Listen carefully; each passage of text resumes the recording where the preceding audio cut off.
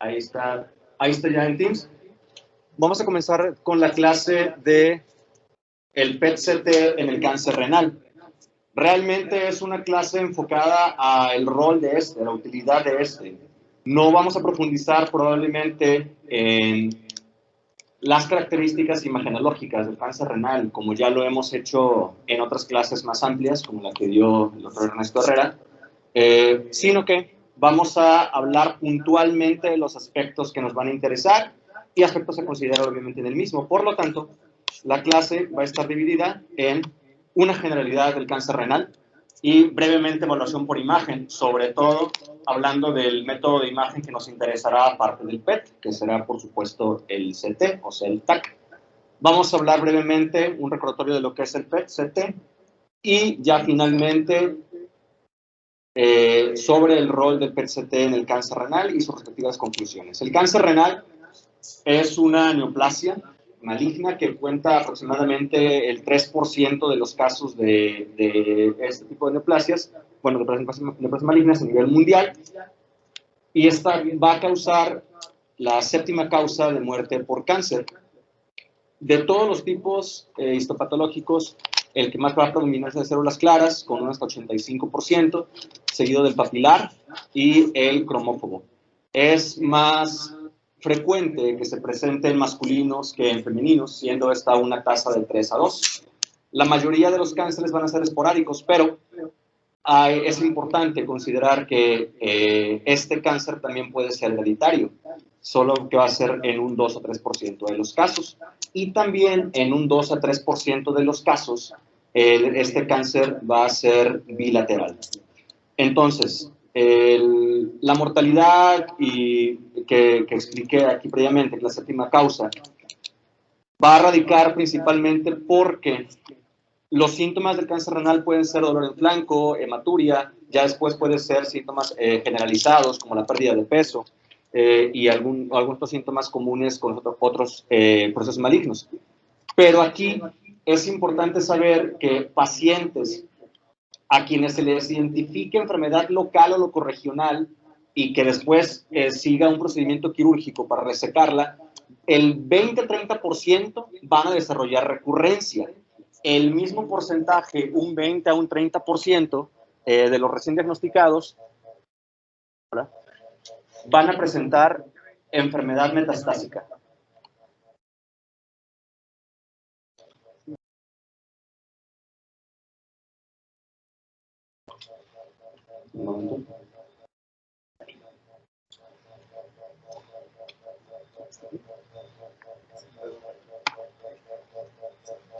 Gracias. Gracias.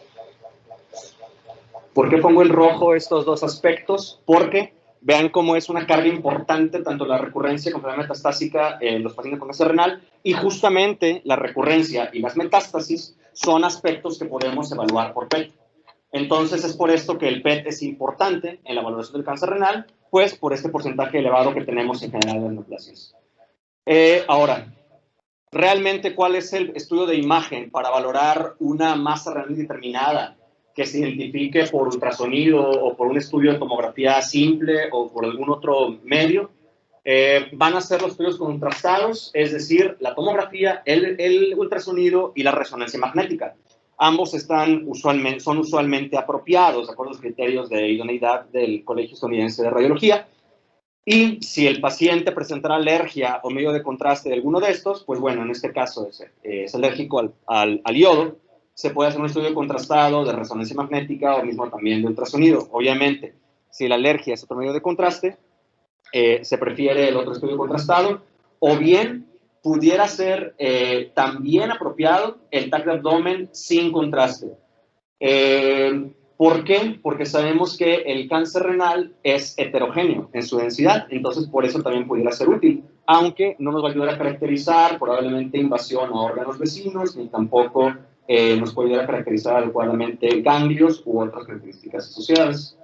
Sabemos entonces que por tomografía el cáncer renal, o sea, propiamente el tumor primario, ahí voy a hablar de este mismo, es una masa heterogénea, incluso en TAC no contrastada, que va a tener componente hipodenso, que va a ser predominantemente componente quístico.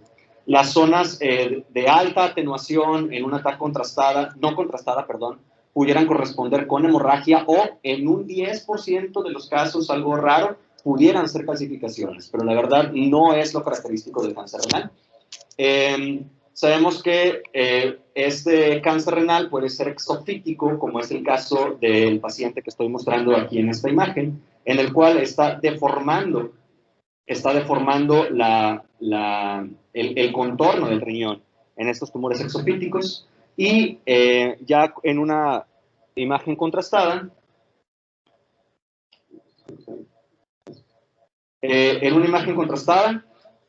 se puede identificar bien no solamente la masa y la heterogeneidad de la misma, sino también si existiera extensión del mismo hacia los órganos adyacentes, si hay problema de separación con ellos, y también si hay extensión por vía venosa, incluso hasta la vena cava inferior por un trombo tumoral.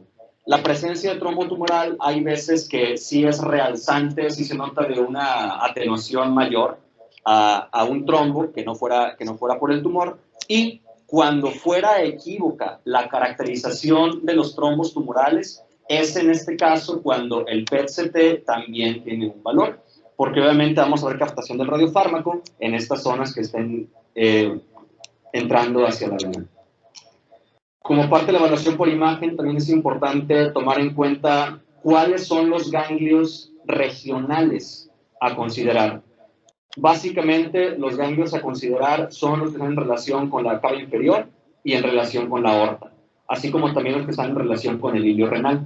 Entonces, si estamos evaluando una tumoración renal, primero que todo, la estación de relevo ganglionar que vamos a buscar son estos que estoy diciendo. En resumidas cuentas, ilio en relación con la cava, en relación con la aorta, o sea, en retroperitoneo.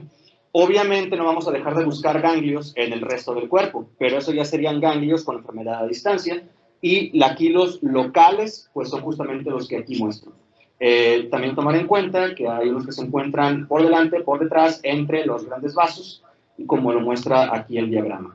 Entonces, justamente estas topografías son las que muestra la octava edición del manual de la JCC para la estadificación.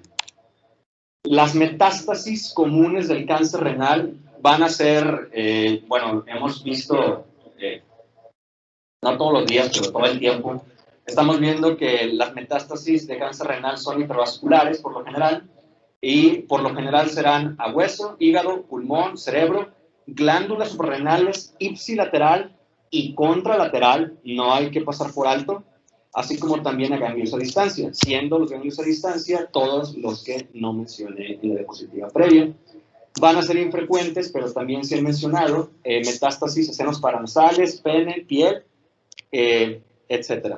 Entonces, cuando veamos un paciente con cáncer renal por tomografía, obviamente para no retrasar un tratamiento sistémico o para ofrecer el tratamiento que realmente va a merecer el paciente, es importante siempre buscar pequeñas metástasis. Entonces, desde la tomografía, obviamente con el PET va a ser probablemente más sensible para identificar lesiones extrarrenales, pero siempre hay que considerar estos sitios y una vez encontrado el primario, hacer una valoración sistemática para poder hacer la correcta estadificación del sistema TNM, que por supuesto no voy a repetir.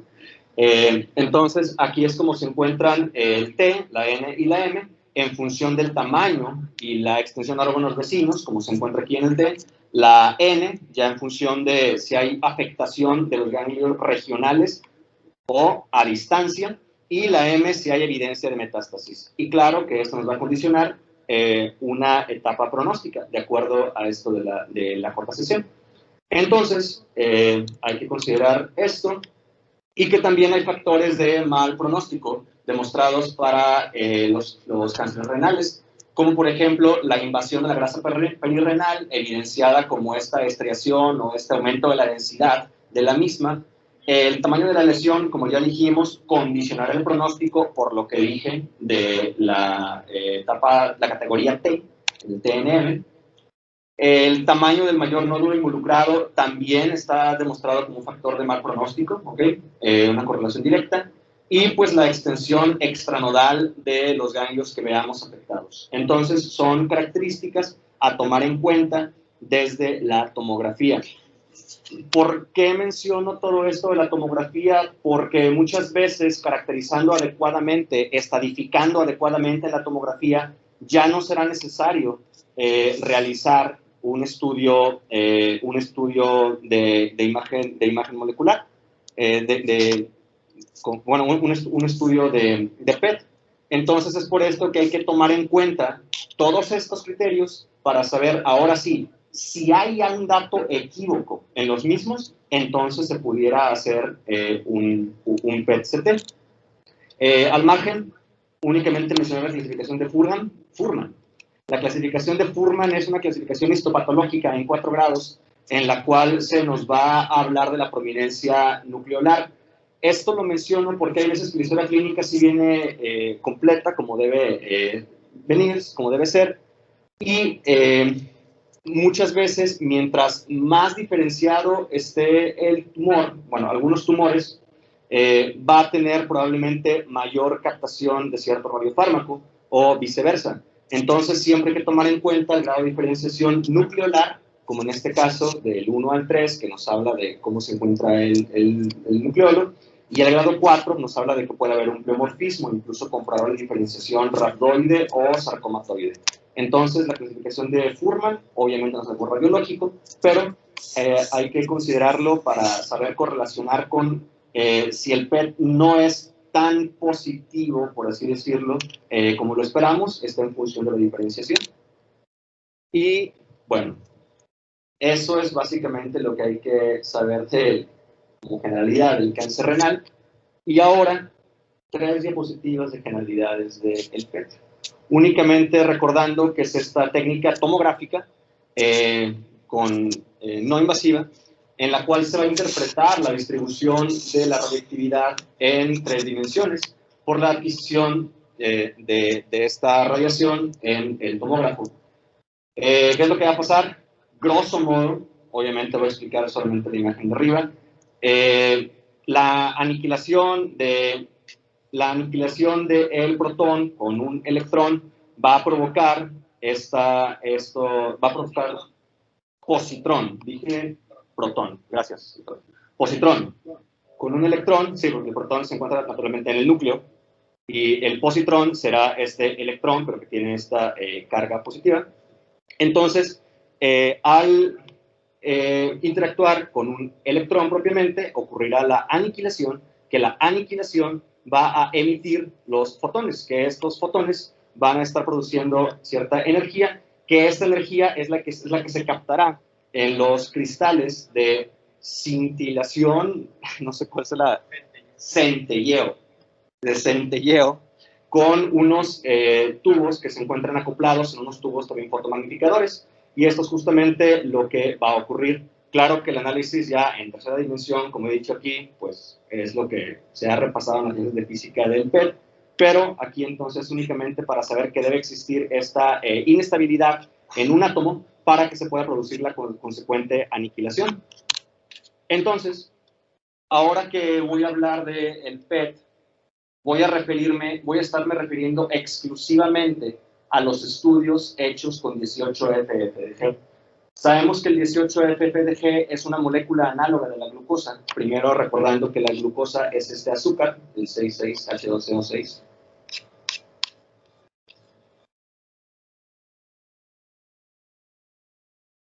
Es la molécula que se encuentra aquí, que cada vértice que ustedes vean en esta imagen corresponde con un carbono. 1, 2, 3, 4, 5, 6 carbonos. ¿Ok? Y la particularidad radica en que en el carbono 2 de la glucosa estará pues unido no este radical OH, sino que estará unido este átomo de flúor. Y este átomo de flúor 18 es justamente el que será un átomo inestable y es el que producirá la reacción que expliqué someramente en la diapositiva pasada. Entonces, básicamente, esta glucosa marcada es la que nos va a ayudar a poder rastrear las células que van a tener actividad metabólica. Recordemos también aquí en esta otra imagen la... Gracias, profesor. No.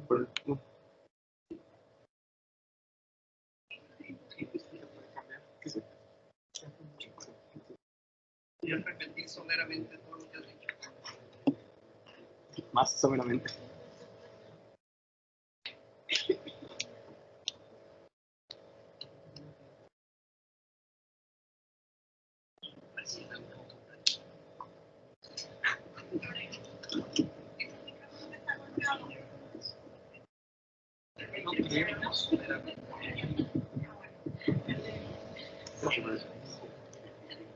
Continuamos, una disculpa.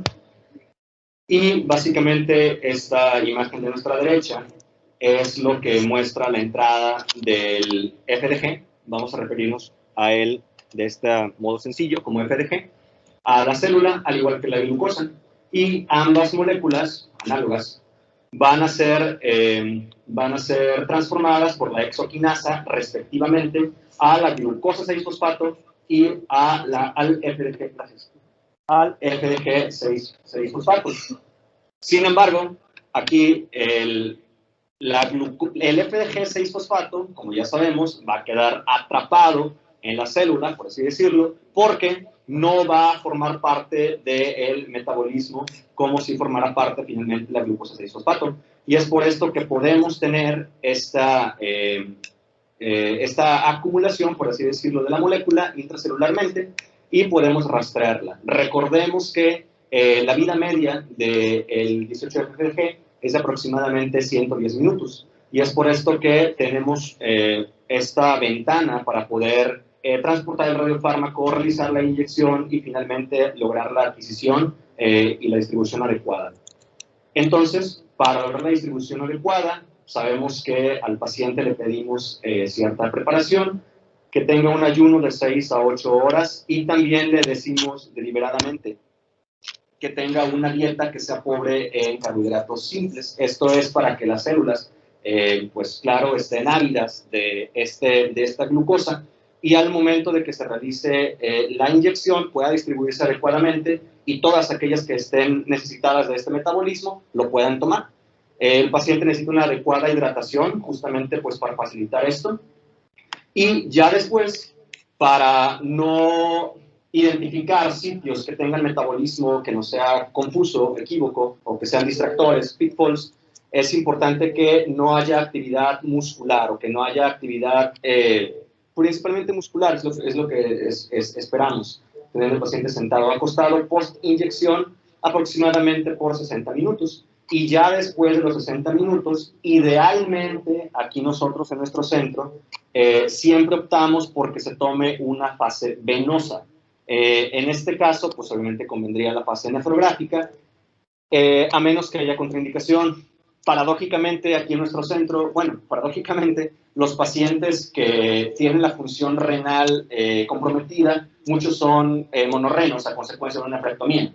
Entonces, en este caso del paciente con cáncer renal, si vemos que la función renal vemos una adecuada tasa de glomerular, pues sí hay que optar por contrastarlo con una adecuada hidratación, porque esto nos va a facilitar la interpretación y no crear distractores.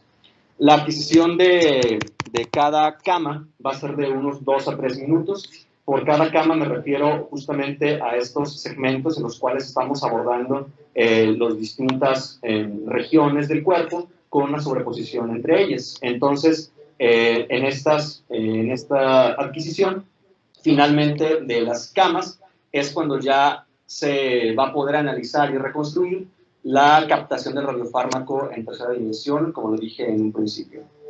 Entonces, el rol, ahora sí, del PET-CT en el cáncer renal, como ya dije, voy a hablar exclusivamente del FDG. Va a ser con un rol discutido, pero sí, en tumor primario, tomando en cuenta diagnósticos diferenciales. Para estadificación, y la estadificación aquí entra en juego obviamente las metástasis, sobre todo las oligometástasis, para no retrasar un tratamiento sistémico si el paciente tuviera este proceso metastásico, y obviamente el pronóstico respuesta a tratamiento. Entonces, en este caso es un masculino de 67 años que él acudió justamente porque se le había comentado en un estudio. Él comenzó, sí, con un dolor en flanco, comenzó con hematuria, acudió a un gabinete externo, se le dijo que tenía una masa en el riñón izquierdo y acude aquí a nuestro centro justamente para identificar si existe enfermedad solamente localizada o si ya hubiera enfermedad metastásica. ¿Para qué? Para funcionar el tratamiento. Recordemos que el PET, que el FDG va a ser una eliminación renal. Entonces, justamente esta característica creo que es, bueno, está literalmente escrito que es de las principales desventajas para poder evaluar las tumoraciones renales. Entonces, recordemos que la biodistribución normal del radiofármaco, si nos vamos de craneal a caudal, pues va a ser en el cerebro, en el anillo linfático de Valdeir, puede ser en las cuerdas vocales, dependiendo de la dieta del paciente será también el miocardio, el hígado, el vaso, en las áreas intestinales, en los testículos puede identificar, o en testículos benignos en el endometrio, y la eliminación va a ser por vías urinarias. Entonces, aquí lo que identificamos en esta imagen de MIP, del PET, identificamos la biodistribución. Sin embargo, desde esta imagen identificamos no una captación del radiofármaco, como ya conté, que es la historia clínica, en el riñón izquierdo, sino por el contrario, identificamos una zona con menor captación aparente respecto al contralateral. Entonces, justamente este paciente se le pudo identificar, como ahorita mostraré en la imagen siguiente, una lesión de aproximadamente 5 centímetros, 4 centímetros en su diámetro mayor, que se encontraba en el polo superior del riñón izquierdo y que mostraba no una captación focal del radiofármaco. Sin embargo, sí era aquí identificable del resto del parénquima. Como ya lo dije en un principio, este paciente, aparte, había que revisar el riñón contralateral y sí, también mostraba otra lesión en el riñón contralateral que era pequeña, era hipodensa, pero justamente por el contraste que teníamos entre la captación del radiofármaco y esa lesión, pudimos identificar que también se encontraba enfermedad en el riñón contralateral, así como también enfermedad aquí en la glándula suprarrenal ipsilateral. Si nos damos cuenta, hay otras zonas de captación focal del radiofármaco, como aquí en este caso, en el hueso ilíaco del lado derecho, que se podía inferir justamente aquí en la imagen por MIP, aunque está mejor caracterizable en este punto. Entonces, aquí únicamente el punto clave, rescatable, es que no va a haber, por regla general, una captación, un submax mayor a lo que vemos en el resto del parénquima renal, y que pudiera ser una lesión que tuviera entonces un submax menor, aunque siempre obviamente hay que medirlo para dar el seguimiento, y como diría a continuación, para darle pronóstico. Esta es la misma imagen, una ampliación, en la cual evidenciamos la misma lesión en el riñón izquierdo con la metástasis en la glándula suprarrenal ipsilateral. Entonces, esto fue un caso de aquí de nuestro departamento. Para identificar tumores primarios, entonces, el PET-CT tiene un rol menor en el diagnóstico, tiene rol más en el pronóstico, sobre todo, por lo que ya mencioné, por la eliminación del FDG. Hasta, bueno, un metaanálisis pequeño, que es el que cito aquí, en el cual se tomaron en cuenta 14 estudios de los últimos 10 años, se consideró una sensibilidad hasta 62% y especificidad 88% del PET-CT para identificar tumores primarios renales, principalmente de la histopatología de células claras. Hay otras histopatologías como papilares o sarcomatoides que pueden ser más captantes, y a eso iba con la graduación de Fuhrman, que pudiera, de acuerdo a cómo nos dieran la graduación de la diferenciación nucleolar, pudiera tener más o menos captación, que es justamente esto que está aquí. ¿Okay? Entonces, para caracterizar tumor primario, estos son los datos importantes a considerar. Tenemos aquí otro caso que vimos también aquí en el departamento, en el cual es un femenino con una masa renal identificada en gabinete externo sin tratamiento a la fecha, en la cual identificamos justamente en esta imagen de MIP del PET la misma biodistribución que no mencionaré de vuelta, y justamente aquí en los riñones no hay propiamente una captación focal del radiofármaco. Volvemos aquí a la imagen axial en la fusión, en la cual evidenciamos que a nivel intrapolar se identifica esta imagen de aproximadamente 2.5 centímetros en el diámetro mayor, que tiene una captación menor a el resto del riñón. Sin embargo, esto correspondía con se sugirió, porque no se le dio seguimiento histopatológico, que pudiera corresponder con un carcinoma renal de células claras. Aparte tenía un filtro de vena cava. Y no vemos alguna otra captación focal, como finalmente con la evaluación sistemática del estudio, tampoco se demostró que hubiera enfermedad a distancia. Entonces, es por esto la importancia y la diferencia con el otro paciente de que el PET tiene el papel justamente en que se identifica la enfermedad local y por lo tanto el paciente sí se puede comunicar al interconsultante que fuera, de acuerdo a la evaluación que él también haga, candidato a cirugía.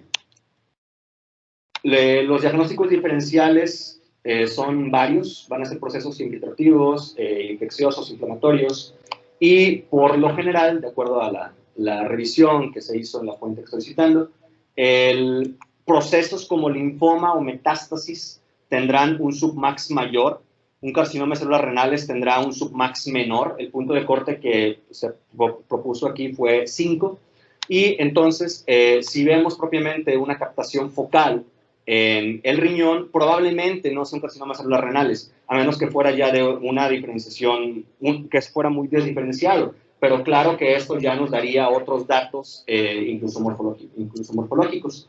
Entonces, son los principales que aquí enumero: leucemia, linfoma, histocitosis, metástasis, con procesos de infiltración y de infección, granulomatosa, abscesos, amiloidosis o sarcoidosis. Este es otro caso que no es de aquí de nuestro departamento, que es un femenino de 20 años con diagnóstico de linfoma de Hodgkin. En esta paciente notamos cómo existe un conglomerado ganglionar mediastinal que tiene una captación alta, una captación importante del radiofármaco, y notamos cómo desde la imagen de MIP se evidencia que en el riñón existe también otra captación focal, aparte de otras zonas acá infradiafragmáticas. Justamente cuando se hizo ya el análisis de esta lesión en el riñón, notamos cómo es una lesión hipodensa aquí en la tomografía y que es una lesión hipercaptante. Entonces, esta lesión hipercaptante está aproximadamente captando, como está captando el conglomerado ganglionar que vemos en mediastino, y correspondió, sí, finalmente con infiltración por linfoma. Entonces, con el diagnóstico diferencial es importante considerar la morfología, las características tomográficas, pero en este caso el PET pues sirve para inclinarnos más hacia un diagnóstico. Este es otro caso que sí es de nuestra institución, que es un masculino de 61 años con linfoma de Hodgkin, variedad folicular nodular. Se trató con 6 ciclos de R-CHOP, la última el mes previo al estudio de PET. Y en este paciente lo que notamos desde esta reconstrucción sagital es esta lesión hipodensa a nivel del polo inferior del riñón izquierdo, y a pesar de que el paciente tenía el diagnóstico del linfoma de Hodgkin, por las características de la lesión y también porque cuando se hizo la valoración con la fusión no tenía realmente una captación del radiofármaco mayor a 5 en el submax, en este caso tenía 2.9, se consideró que pudiera ser sugestivo de un proceso primario del riñón. En este caso, no linfoma, sino que fuera un carcinoma por probabilidad de células claras. Aparte se vieron en el resto del estudio ganglios con misma captación, mesentéricos y retroperitoneales, y quedó entonces como un Duville 2, pero con esta otra imagen que pudiera ser sugestiva de un proceso primario del riñón. En la estadificación, principalmente lo que hay que identificar es si quedara duda en cuanto a si el trombo que estamos viendo fuera un trombo, fuera un trombo tumoral, y en el PET-CT puede ser útil, de acuerdo a como viéramos la captación del radiofármaco. Y también, como ya dije en un principio, pues es importante mencionar si existieran metástasis que fueran equívocas por TAC o bien que no se identificaran por el mismo. Entonces, es aquí justamente la utilidad del mismo. En este caso es propiamente por PET, o sea, no con la fusión, puede ser están esos porcentajes para sensibilidad, especificidad y lesiones extrarrenales. Ya con el PET, con la fusión, la sensibilidad es superior al 90% para identificarlas. Y las metástasis en PET sí pueden ser hipercaptantes, como es el caso que he mostrado desde hace unas cuantas diapositivas, en las cuales la lesión del ilíaco tenía una captación mayor a los tumores renales primarios que hemos visto, como es este mismo caso. ¿Por qué? Porque las metástasis puede que sobreexpresen el GLUT1 en mayor medida que como lo puede ser el tumor primario. Recordemos que el GLUT1 son justamente estas proteínas de membrana que son las que van a participar en la entrada de la glucosa y del EPDG a la célula, como ya lo dije también al principio de la clase. Este mismo paciente de 61 años que tenía lesión límpica en el ilíaco y tenía aparte las lesiones al riñón contralateral y a la adrenal ipsilateral. En la estadificación, entonces también vamos a mencionar la restadificación, que la restadificación va a ser en este caso posterior a la resección quirúrgica del riñón. La tomografía nos va a mostrar muchas veces cambios quirúrgicos en el lecho renal que pudieran ser equívocos, ¿okay? Que pudieran ser equívocos para metástasis. En este caso es un paciente postoperado de nephrectomía derecha, de carcinoma de células claras, con un sarcomatoso, estuvo 6 meses en vigilancia y acude a estudio de PET. En este caso, desde la imagen en MIP, pues no queda duda, hay muchas zonas con captación focal de radiofármaco, en mediastino, en pulmón, propiamente en el lecho quirúrgico, y en este caso, pues toda esta corresponde con lesiones que mostraban actividad en relación con el primario que ya se había retirado quirúrgicamente. Y es justamente este mismo paciente en el cual se mostraba por tomografía estos cambios en el lecho quirúrgico que pudieran ser cicatriz o pudieran ser tejido fibrótico, y aparte de que la tomografía es no contrastada, pues quedaba duda. Y ya cuando se analizó con el estudio del PET-CT, se evidenció una captación focal alta del radiofármaco, y es por esto que lesiones equívocas pueden ser valoradas por PET para la restadificación, en el caso como este paciente, de que se hizo la nephrectomía. El pronóstico se puede también... el pronóstico del paciente se puede también determinar en función del submax. Recordemos que el submax es este índice que es el valor de la captación estándar que evidenciamos por PET. Max nos referimos a que es el valor máximo que encontramos en determinada área de interés. Entonces, cuando existe un submax mayor a 10, esto se relaciona con una peor supervivencia. Y la disminución de la captación en estudios de seguimiento después del tratamiento o en vigilancia correlaciona también directamente, independientemente de la localización. Una disminución dramática, que es la palabra que se usaba también en el texto, va a correlacionar con mejor supervivencia libre de progresión. Entonces, el submax, aunque dije en un principio que por lo general no es mayor a 5, pero que sí puede ser más elevado cuando hay un grado más desdiferenciado, correlaciona con el pronóstico.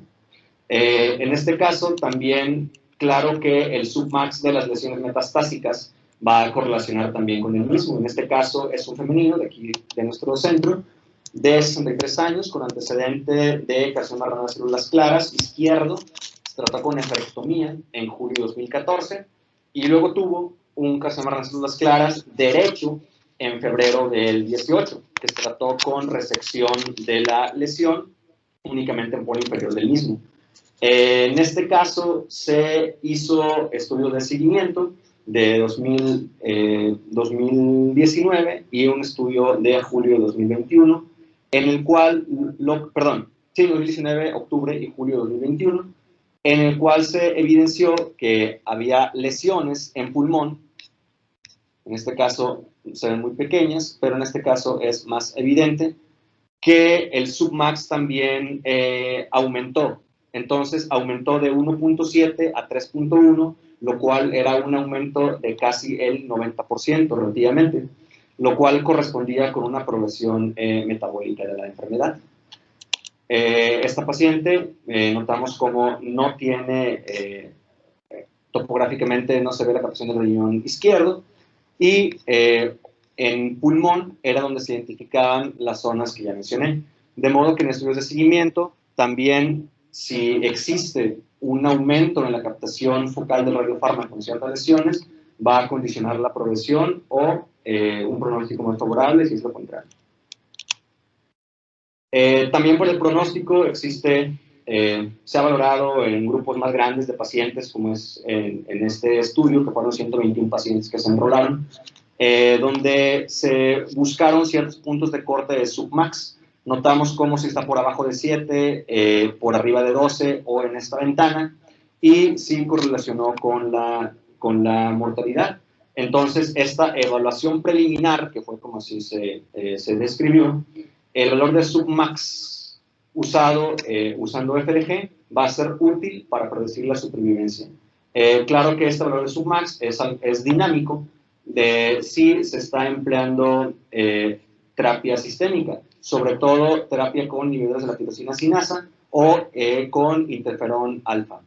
Entonces, claro que va a estar condicionado por esto, y al mismo tiempo que identificamos el submax en seguimiento y nos va a ayudar a determinar el pronóstico, también con el cambio en el mismo podemos valorar si ha existido una respuesta al tratamiento, sobre todo, como ya dije, en los fármacos que mencioné en la primera línea, y por supuesto que correlaciona inversamente. Entonces, el cambio metabólico tampoco se ve inmediatamente después de la administración del tratamiento, sino que puede ser evaluable desde las 2 semanas después del inicio del mismo. Y en todos los pacientes, un submax basal más alto correlacionaba con una menor sobrevida, que en este caso fueron 18 meses. Básicamente, entonces, son los aspectos importantes a tratar en pacientes en cáncer renal con evaluación con FDG. Hay otros radiofármacos, hay otros radiotrazadores que no son los que se usan en nuestra práctica diaria para valorar el cáncer renal. Bien es cierto que muchos pueden ser útiles justamente partiendo del hecho que dije en un principio de que el FDG es eliminar por vía renal, y hay otros que pueden tener una depuración no dependiente del riñón. Entonces, por ejemplo, el 18F-NAD puede ser, bueno, es inespecífico para lesiones blásticas del hueso, y es por eso que se pudiera usar para demostrar si hay metástasis, incluso pequeñas, en pacientes en los cuales se sospeche enfermedad a este órgano, dependiendo de un carcinoma de células renales.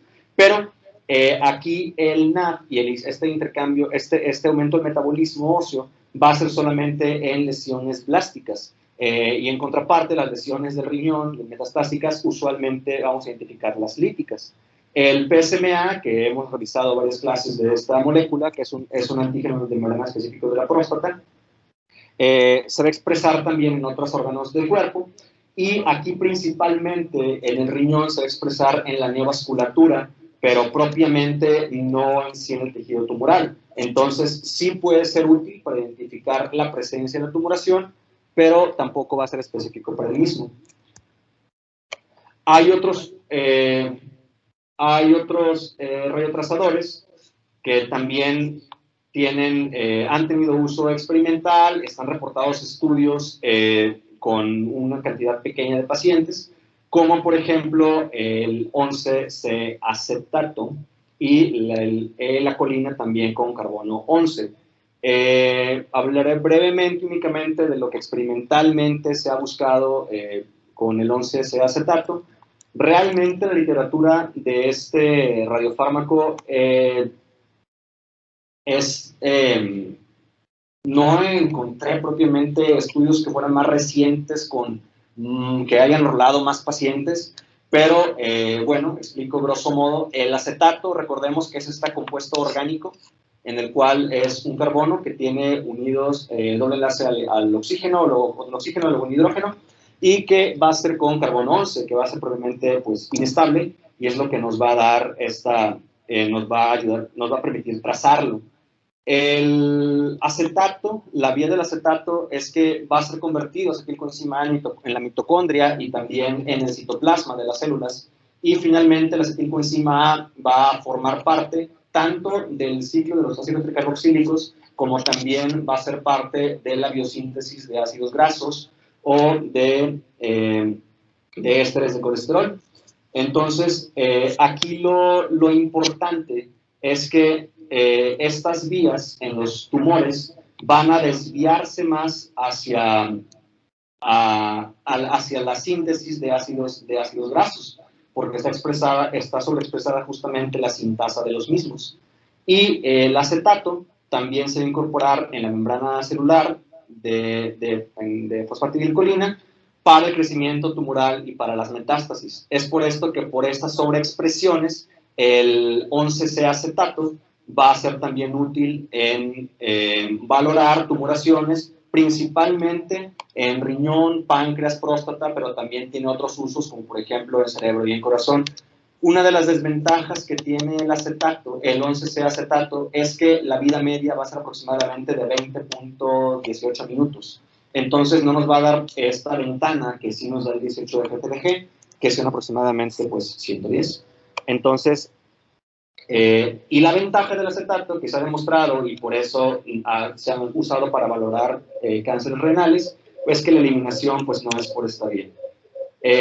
Básicamente, esto es un resumen de los usos que se le han dado recientemente al 11C-acetato. Básicamente es para demostrar que sí se ha logrado identificar tumores de células renales, está en un 70% de sensibilidad, o también se va a poder evaluar la respuesta al tratamiento. Sin embargo, estos estudios que aquí se citan son de pocos pacientes. Por ejemplo, fueron aproximadamente 18 pacientes, se evaluaron entonces 22 masas renales, y pues se logró la identificación de 14 de ellas. Pero la verdad han sido estudios relativamente pequeños, en los cuales sí se ha demostrado que la efectividad del mismo para identificación de tumores o también para la respuesta de tratamiento, pero no en grupos grandes. Y pues este paciente es uno de los que es un paciente de 63 años que forma parte del estudio de 28 pacientes que ya mencioné, donde se identificó justamente esta es la imagen del PET, donde se evidencia la captación del radiofármaco aquí en los riñones, predominantemente en el riñón derecho. Y finalmente se encontraron masas multilaterales de hasta 3 centímetros en los polos superiores y medio del riñón derecho, y otra a nivel medio en el riñón izquierdo. Entonces se identificó la captación del acetato. Lo importante aquí es que sí capta y se identifica el contraste relativamente comparando con el resto del parénquima renal.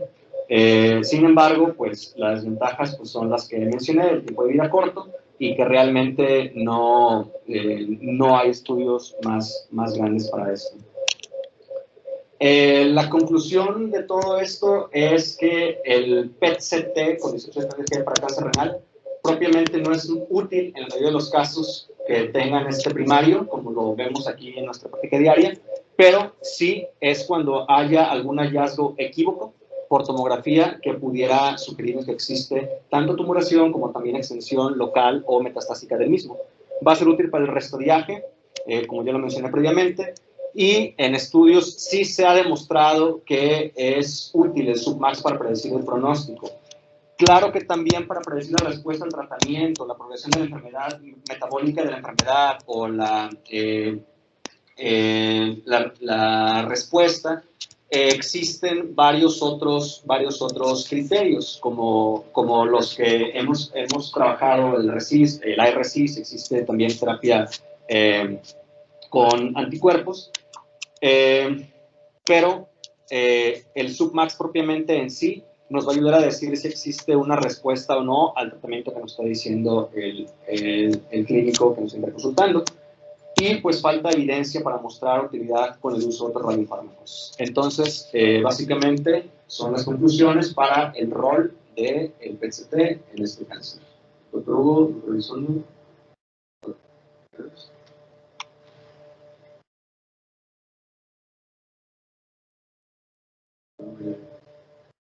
Sí, en realidad, como bien comentas, con el FDG, pues principalmente la mayor utilidad es para cuando estamos viendo alguna lesión que es sospechosa por tomografía y nos queda duda. Nada más, como comentario, el carbono 11 acetato, por ejemplo, vemos que en realidad, como tú lo notaste, hay muy pocos artículos que mencionan su utilidad. Te puedo decir yo, por ejemplo, la experiencia que tuve cuando estuve en México, todas las lesiones que eran sospechosas, o haz de cuenta que la principal utilidad era determinar si era una lesión benigna versus maligna en un paciente con una lesión renal. Entonces nos los mandaban y se hacían con carbono 11 acetato. Entonces, dentro de esas principales utilidades también era esa diferenciación de si es benigna versus maligna en un paciente con y cuando el paciente ya tenía nefrectomía, al contrario, y como bien comentaste, pues ¿qué es lo que pasa? Habitualmente, si están buscando metástasis, pues las metástasis van a tener esa sobreexpresión de GLUT, y entonces el paciente con sospecha de recurrencia posterior a la nefrectomía, todos se hacían con FDG. Entonces, cuando tenemos el paciente con una lesión primaria o una lesión sospechosa, podríamos decir, hasta cierto punto, que el de mayor utilidad sería en realidad, el carbono 11 acetato. Y ya cuando se sospecha de recurrencia o una lesión, como le comentaba, sin equivocar, por TAC, bueno, ahí es donde utilizaríamos el FDG. Las cosas importantes del micrófono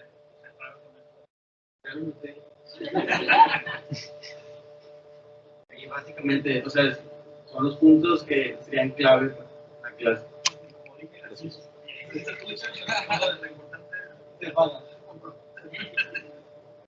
Nada más.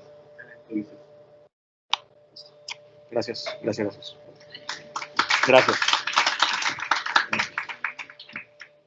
Eso no sonaba.